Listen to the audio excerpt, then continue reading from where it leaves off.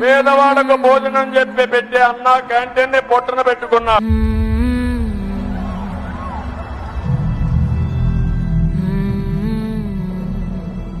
మళ్ళీ హామీ ఇస్తున్నా, అన్న క్యాంటీన్లు పెట్టే బాధ్యత తెలుగుదేశం పార్టీది.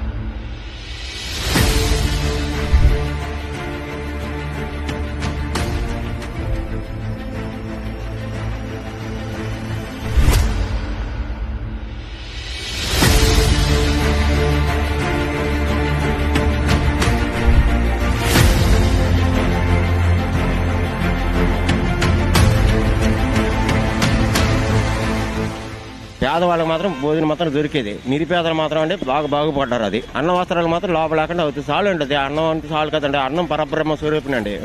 5 రూపాయలకి ఈ రోజులో 5 రూపాయలు టిఫిన్ దొరుకుతుంది, 5 రూపాయలు భోజనం దొరుకుతుందండి. ఎక్కడ బతుకుతామో తెలియదు, ఎక్కడ పనికి వెళ్తామో తెలియదు. పొద్దున్న టిఫిన్ 5 రూపాయలు, మధ్యాహ్నం భోజనం 5 రూపాయలు, రాత్రికి 5 రూపాయలు భోజనం. ఇది సాల్దా?